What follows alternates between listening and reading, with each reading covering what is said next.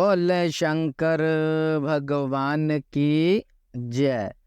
स्तुति पाठ, मंत्र जप, साष्टांगन प्रणाम तथा दामोदर मंत्र के जप का महात्म्य। श्री भगवान कहते हैं, तदनंतरन नैवेद्य का भोग लग जाने पर कपूर वासित जल से मुझे आचमन करावे, पान दे और हाथ धोने के लिए चंदन अर्पण करे। फिर पुष्पांजलि देकर भक्ति पूर्वक कपूर से आरती करे। मुकुट और आभूषण आदि समर्पित करके छत्र चंवर भेंट करे तथा श्याम सुंदर विग्रह वाले भगवान विष्णु मेरे प्रति कृपया पूर्वक प्रसन्न मुख हैं, ऐसा ध्यान करते हुए अष्टाक्षर मंत्र का 108 बार जप और स्तोत्रों द्वारा भगवान का स्तवन करे।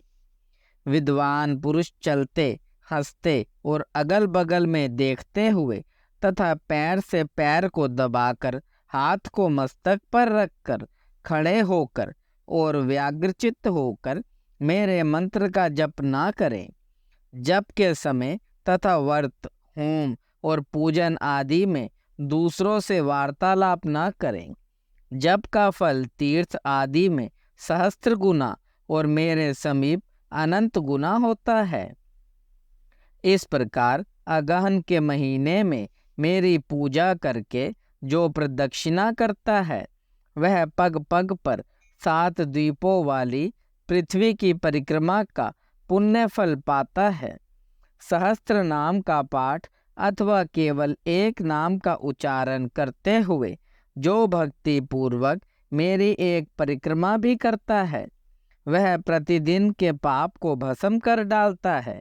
जिसने भक्ति भाव के साथ मेरी 108 बार माला की परिक्रमा की है, उसने उत्तम दक्षिणा वाले संपूर्ण यज्ञों का अनुष्ठान पूरा कर लिया। अब तुम एक गूढ़ रहस्य की बात सुनो।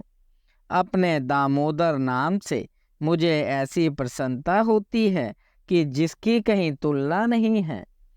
गोकुल में जब मैंने दही का मटका फोड़ डाला, तब मैया यशोदा ने मेरी कमर में रस्सी लपेटकर मुझे खूब कसकर ओखली में बांध दिया। तभी से मेरा नाम दामोदर नाम प्रसिद्ध हुआ। जो प्रतिदिन एकाग्रचित्त हो, सूर्योदय काल में पवित्रता पूर्वक दामोदराय नमः इस मंत्र का 3000 जप करता है और 3.5 लाख जप पूरा होने पर उसका उद्यापन करता है, जप के दशानन का हवन, तर्पण और ब्राह्मण भोजन कराता है और इस प्रकार भक्ति पूर्वक इस अनुष्ठान को पूरा करता है, उसे मैं मनोवांछित वस्तुएं देता हूँ। दामोदराय नमः इस मंत्र राज का जप करते हुए प्रतिदिन मेरी प्रदक्षिणा और दंड की भांति पृथ्वी पर गिरकर सदैव मुझे साष्टांगन प्रणाम करना चाहिए।